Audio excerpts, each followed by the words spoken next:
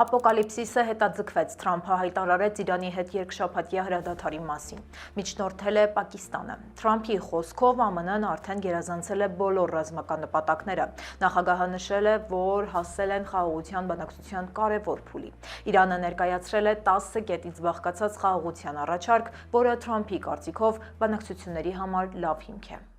Կողմերը համաձայնեցրել են նախկին վեճերի գրեթե բոլոր կետերը, նշել է ԱՄՆ նախագահը։ Այս երկու շաբաթը կօգնի վերջնականացնել պայմանագիրը։ Թրամփն այն անվանել է Իրանի եւ Մերձավոր Արևելքի երկարաժամկետ խաղաղություն։ Նա այդ բանակցություններում իրեն համարում է ոչ միայն ԱՄՆ ժողովրդի, այլ նաեւ Մերձավոր Արևելքի երկրների ներկայացուցիչը։ Իսրայելը նույնպես համաձայնել է ժամանակավոր հրադադարի պայմաններին, այս մասին հայտնում են Սպիտակ տան աղբյուրները։ Սակայն եթե ԱՄՆ-ն կարող է խոսել Իրանի դեմ պատերազմի ընթացքում իր նպատակների մի մասի իրագործման մասին, ապա Իսրայելի պարագայում խնդիրը ավելի բարդ է։ Նրա հայտարարած նպատակների մեծ մասը, այդ թվում Իրանում ռեժիմի փոփոխությունը, մնացել է անկատար, հակառակ Իրանում մեծ թվով պաշտոնյաների ու զինվորականների սպանությանը։ Այժմ այն մասին, թե ինչ ենք պատմելու վայրկյաններ անց։ Ապոկալիպսիսը հետաձգվեց, ինչ է պահանջում Իրանը երկշաբաթյա հրադադարի դիմաց։ Նավթի գները նվազում են, իսկ շուկաները դեռ սպասողական ռեժիմի մեջ են։ Իրաքում առևանգված ամերիկացի լրագրողը ազատ է արձակվել։ Ողջույններ լուսնից, տիեզերագնացները արդեն տունդարձի ճանապարհին են։ Կալիֆոռնիայում այսի գործողությունը վերածվել է արյունալի դրամայի։ Ամերիկացի սպառողի երկընտրանքը թանկացող բենզինի ու թանկ էլեկտրոմոբիլի միջև։ Կալիֆոռնիան իր երկաթուղային ցանցը ընդլայնում է։ Օնտարիոյում 1 միլիոն քառակուսի ոտնաչափ տարածքով պահեստը վերածվել է մոխրի։ Անհայտ ծագման թաքնված տեսախցիկներ են հայտնաբերվել առանձնատների շրջակայքում, ոստիկանները մտահոգված են։ Ամառն ու արձակուրդները մոտենում են, իսկ դուք դեռ չեք որոշել որտեղ գնալ հանգստանալու, Մանու Հարությունյանը ոչ թե մեկ, այլ միանգամից 5 տարբերակ կարող է առաջարկել։ Մանուն առանձնացրել է Կալիֆոռնիայի 5 ամենահայտնի զբոսաշրջավայրերը եւ հիմնավորում է, թե ինչու արժե անպայման գոնե մեկ անգամ այցելել այդ վայրերը։ Կարող եք դիտել թողարկման երկրորդ հատվածում։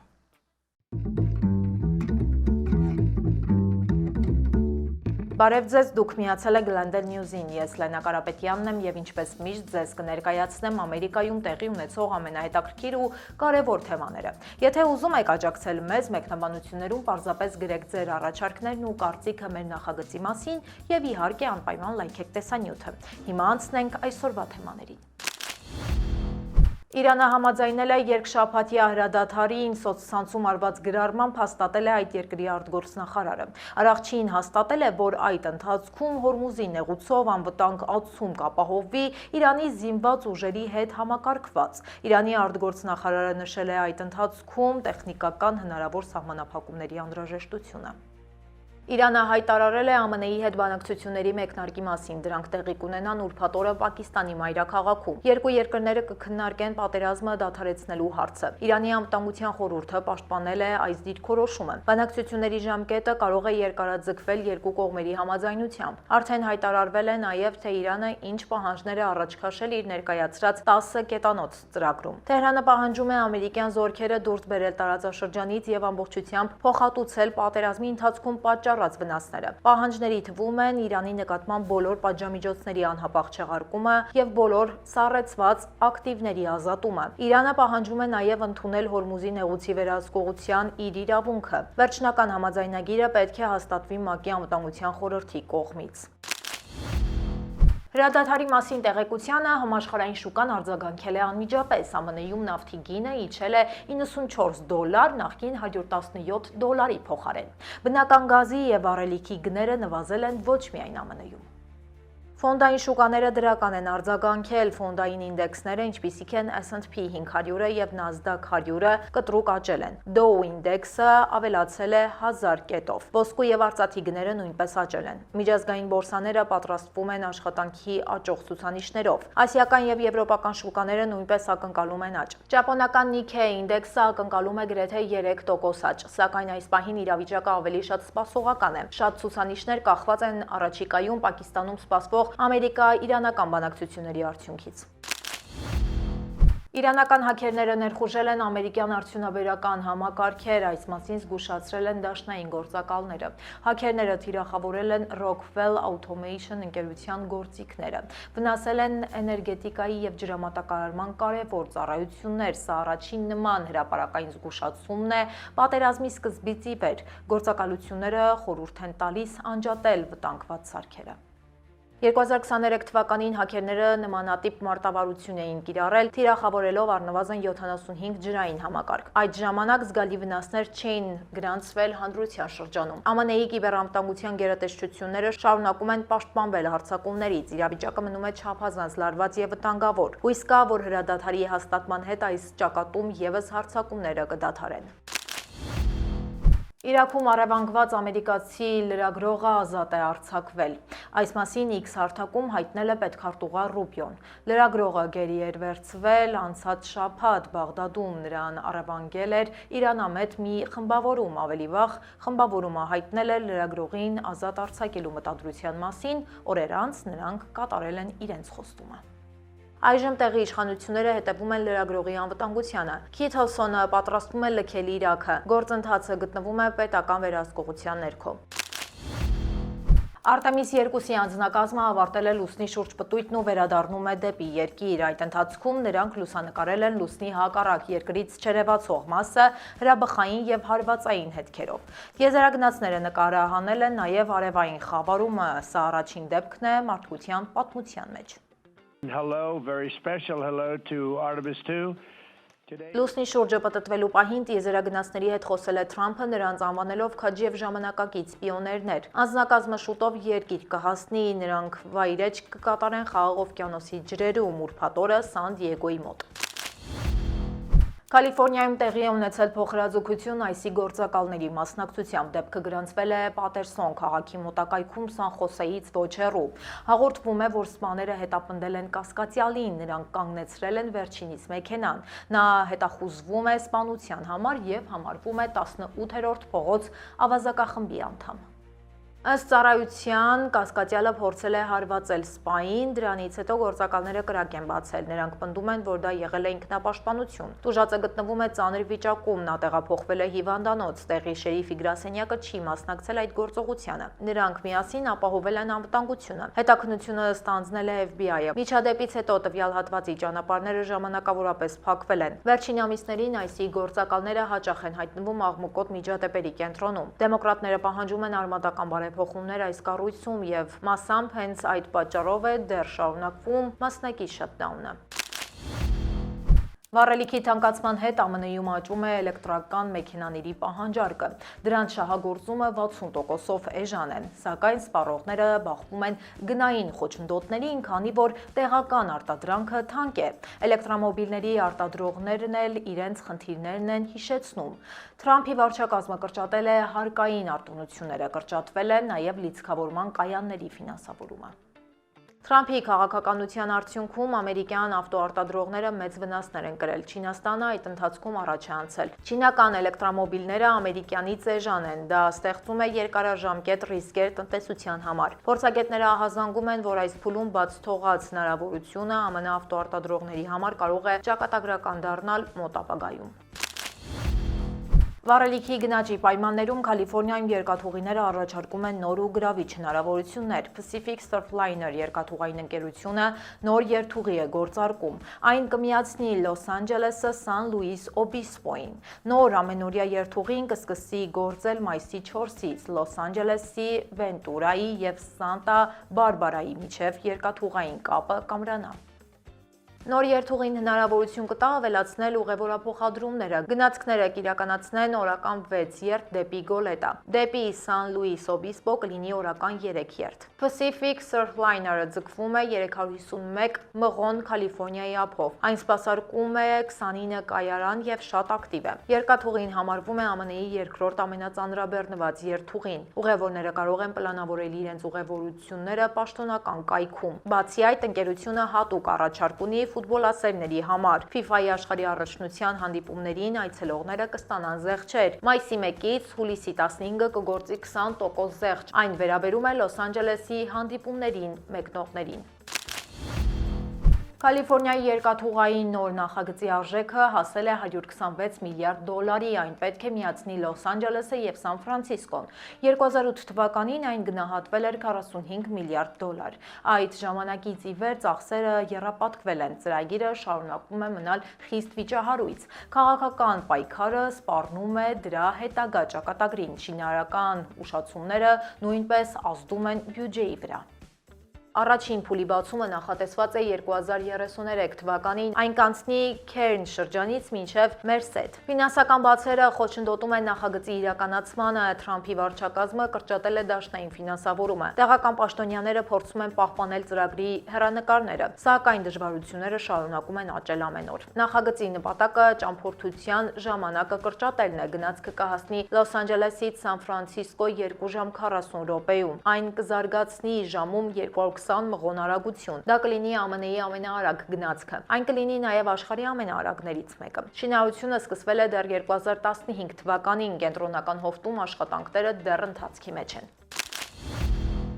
Օնտարիոյի պահեստներից մեկում խոշոր հրդեհ է բռնկվել, այն զբաղեցնում է մոտ 1 միլիոն քառակուսի ոտնաչափ տարածք։ Պահեստում եղել է մոտ 20 աշխատակից, նրանց հաջողվել է տարհանել։ Տուժածների մասին տեղեկություններ չկան, սկզբում հաղորդվում էր մեկ անհետ կորածի մասին, ավելի ուշ պարզվել է, որ նա անվտանգ վայրում է։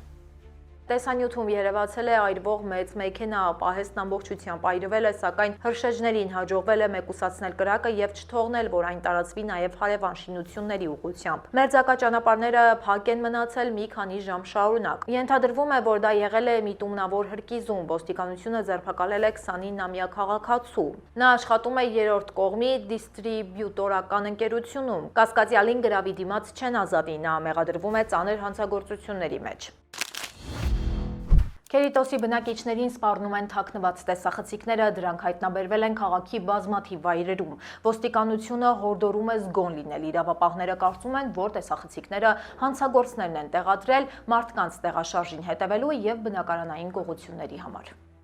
Սարքերը թույլ են տալիս գողերին ուսումնասիրել տների ակտիվությունը, իրավապահները խորհուրդ են տալիս ստուգել շրջակայքը։ Կասկածելի սարք տեսնելու դեպքում պետք է դիմել ոստիկանություն, նմանատիպ դեպքեր գրանցվել են նաև նախորդ տարիներին։ Այդ ժամանակ Ակադիայում և Գարդեն Գրովում էին թբուտներում տեսախցիկներ գտել։ Քերիտոսի ոստիկանները խստացրել են պարեկությունը թաղամասերում, նրանք կոչ են անում հայտնել ցանկացած կասկածելի շարժման մասին։ Տեսախցիկները կարող են տեղադրված լինել նաև ծառերի կամ էլեկտրասյուների վրա կամ պարզապես թփերի մեջ։ Կարևոր է ուշադիր լինել տան մուտքերի մոտ։ Տան շրջակայքում նման տեսախցիկների հայտնաբերումը նշանակում է, որ տվյալ առանձնատունը արդեն հայտնվել է կողոպտվելու վտանգի տակ։